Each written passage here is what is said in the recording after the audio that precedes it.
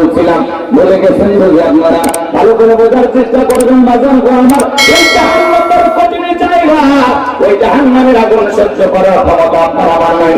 জাহান্নামের একটা নিঃশ্বাস, তার গরম যে অবস্থা, আপনার আমার বাঁচা বড় কঠিন হয়ে যাচ্ছে। কিসের এসি, কিসের ফ্যান, কোনো কিছু কাজ করতেছে না। তারপরে পুরো শরীরটা ঘেমে চলে যাচ্ছে, খানখান হয়ে যাচ্ছে, কষ্ট পাচ্ছি, অস্থিরতা বিরাজ করতেছে, ভাল লাগতেছে না, এখন কোনো কিছু ভাল লাগতেছে না। এই জন্য বাজানো আমার, যদি আপনি আমি এই তীব্র গরম থেকে, এই বিপদ আপদ মুসিবত থেকে বাঁচতে চান, একমাত্র আল্লাহর গোলামি করার দরকার আছে না? না, মাঝে মাঝে দুই একজন বসা করতেছেন গরমের কারণেই, তো করুক, সমস্যা নাই। তারপরে শুধু এতটুকু দল নিজের ওয়াদা ঠিক রাখবেন। আপনার নির্ধারিত সময় এখনো 12টা বাজে না, ওয়াদা দিচ্ছেন, কথা বলবেন, নিজের ওয়াদা ঠিক রাখা দরকার নয়। কথা বাড়াবো না, সামনের দিকে যাইবা জানবো আমার। ওই কবর বড় কঠিন জায়গা, ওই কবর বড় কঠিন জায়গা। সময় আমল করা যাবে, সময় আমল করা যাবে, সাজা বান্দারে যারা পরিমাণে যদি যারা পরিমাণ কোন পরিমাণে যদি আমল করো, ওইটাও তোমার আমল নামে লিপিবদ্ধ করা হবে। আবার যারা পরিমাণ অনুপরিমাণে যদি বদ আমল করো, ওইটাও তোমার আমল নামে লিপিবদ্ধ করা হবে। আর যারা তোমার একবার অন্ধকার কবরে যাবে, ওই কবরে ডানের মাটি বামে চলে যাবে, বামের মাটি ডানে চলে যাবে। ওই কবরে এমন জোরে সাপ দেবে বাজান, এক পাজরে আর অন্য পাজরে ঢুকে যাবে। কবরে থাকা অঙ্গ ফেরেশতা চোখে দেখে না, কানে শোনে না, হাতুড়ি দেবার মারলে দেহটা চূর্ণ বিচ্ছিন্ন হয়ে যাবে।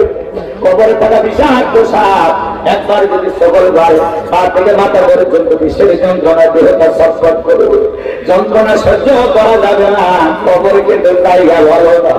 ওই কবরের ভিতরে আপনাকে আমাকে যখন রাখা হবে, ওই কবরে 1 নাম্বার প্রশ্ন করা হবে, মার রব্বু কা, তোমার রবকে। প্রশ্নের ভিতরে রব শব্দ আছে না নাই? আরে যারা বলেন আছে না নাই? 1 নাম্বার প্রশ্ন করা হবে, মার রব্বু কা, তোমার রবকে। এই প্রশ্নের সঠিক উত্তর দিতে পারবে তারা নেক আমল করে কবরে যাবে। যারা কথা বলেন ঠিক কিনা?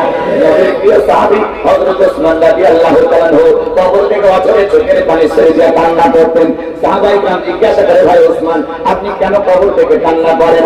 হযরত ওসমান জান্নাতের সার্টিফিকেট প্রাপ্ত সাহাবী, কবর থেকে অঝরে কান্না করেন আর রেগে বলেন, এই কবর হলো প্রত্যেকটা মানুষের প্রথম মঞ্জিল, প্রথম ঘাঁটি, প্রথম স্টেশন।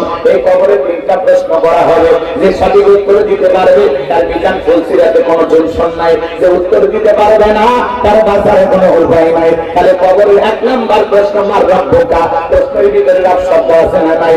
উত্তর দিতে পারবে তারা নেক আমল করে কবরে যাবে। যারা রবের গোলামি করবে, এক আল্লাহর ইবাদত করবে, কোরআন সুন্নাহ মোতাবেক জীবনটা সাজাবে, হালাল হারাম বুঝে জমিনে চলবে, যারা নেক আমল করে আল্লাহর খাঁটি মুমিন মুত্তাকি বান্দা হওয়া, রাসূলের রেখে দেওয়া আদর্শ মোতাবেক চলে, নেক আমল করে খাঁটি মুত্তাকি, খাঁটি মুসলমান হয়ে কবরে যাবে যারা, প্রশ্নের সঠিক উত্তর দিতে পারবে তারা। তাদেরকে যখন প্রশ্ন করা হবে, মার রব্বুকা, ওই নেককার মুমিন বান্দা জবাব দিয়ে বলবে, রব্বি আল্লাহ, রব্বি আল্লাহ, আমার রব আমার আল্লাহ। আল্লাহু আকবার। যারা গুনাহগার, নাফরমান, বেঈমান, আল্লাহর অবাধ্য গোলাম, যারা শয়তানের ওয়াসওয়াসায় পড়ে ভুল পথে চলেছিল, বিপদগামী হয়েছিল, যারা বলেছিল খাও দাও ফুর্তি করো, দুনিয়াটা মস্ত বড়, রং তামাশায় মেতেছিল, কাপড়ে সাগরে হাবুডুবু খেয়েছিল, ওদেরকে যখন প্রশ্ন করা হবে, আমার রব্বুকা, কথা বলবেন নাই? গুনাহগার বান্দা যারা উত্তর দিতে পারবে না তারা, যখন প্রশ্ন করা হবে, আমার রব্বুকা, আল্লাহর অবাধ্য নাফরমান গুনাহগার বান্দা বেল করে তাকিয়ে থাকবে আর বলবে, হাই হাতালা আদরি। আফসোস করবে তারা, প্রশ্নের উত্তর দিতে পারবে না। আমার বাবাজিরা যারা প্রশ্নের উত্তর দিতে পারবে, এরা পাশের ঘরে তুলে নিয়ে যেমন ঘুমায় তেমনি ভাবে ঘুমাবে, তাদের কোনো কষ্ট হবে না। যারা উত্তর দিতে পারবে না, এদের যে কত কষ্ট হবে ভাষায় প্রকাশ করা যাবে না। তাহলে কবরে 1 নাম্বার প্রশ্ন, মার রব্বুকা, তোমার রবকে। রবের গোলামি করেছে যারা, রবের গোলামি করেছে যারা, উত্তর দিতে পারবে তারা। ভালো করে বুঝবেন, ভালো করে বুঝবেন। যে চাকরি করে তার ভাগ্যে তো বেতন বোনাস জোটে, কথা বলে।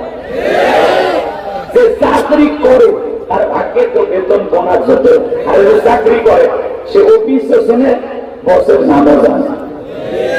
কথা বলা যায় অফিস করেছেন না? আপনার আমার বস কে? সে রবের নাম জানে, কারণ সে রবের গোলামিতে জিন্দেগি কাটাইছে। রবের সাথে তার সম্পর্ক গভীর ছিল, এই জন্য সে রবের প্রশ্নের উত্তর দিতে পারবে। আর এই দুনিয়ার গোলামীর বেতন হিসাবে পাবো জান্নাত, আর বোনাস হিসাবে পাবো মালিকের সাক্ষাৎ। বলেন সুবহানাল্লাহ। সেদিন মালিক জান্নাতীদের সাথে দেখা দেবে, ওই দিন যেন জান্নাতের কোন একটি কোণায় থেকে মালিককে দেখা আল্লাহ যেন সুযোগ করে দেয়। সবার এক নাম্বার প্রশ্ন, আমার রবটা তোমার রবকে। জীবনের পরতে পরতে সব জায়গায় রব, সব জায়গায় রব। এই জন্য আমি যে আয়াত কারিমাতে রব করেছি, কথাকে বুঝতেছেন? ইন্নাল্লাযীনা ক্বালু রাব্বুনাল্লাহ, নিশ্চয়ই যারা বলে আমি তাদের রব। আমাদের রব কে? কিন্তু এই দুনিয়ার জমিনে কাউকে যদি আল্লাহ জিরো থেকে হিরো বানায়, একটু পাওয়ার ক্ষমতা দেয়, সাওয়ালা থেকে প্রধানমন্ত্রী বানায়, আর প্রধানমন্ত্রী হয় মুসলমানকে আঘাত করে। নিঃশ্বাস দুর্বল দুনিয়াতে কেউ ছিল না আল্লাহ ছাড়া। আল্লাহ সম্মানকে প্রধানমন্ত্রী বানায়, আল্লাহ ওলাদেরকে কষ্ট দেয়। এই কথা বলা, আল্লাহ জিরো থেকে হিরো বানাইছিল। আবু ইসলামের ফেরাউন ক্ষমতার দাম্ভিকতায় নিজেকে বলেছিল আনা রাব্বুকুমুল আ'লা, আমি বড় প্রভু, আমি বড় খোদা। যেরকম নাউযুবিল্লাহ, জিরো থেকে হিরো বানাইছিল। আমি কি তার ঘটনা একটু বলবো? কষ্ট হবে না?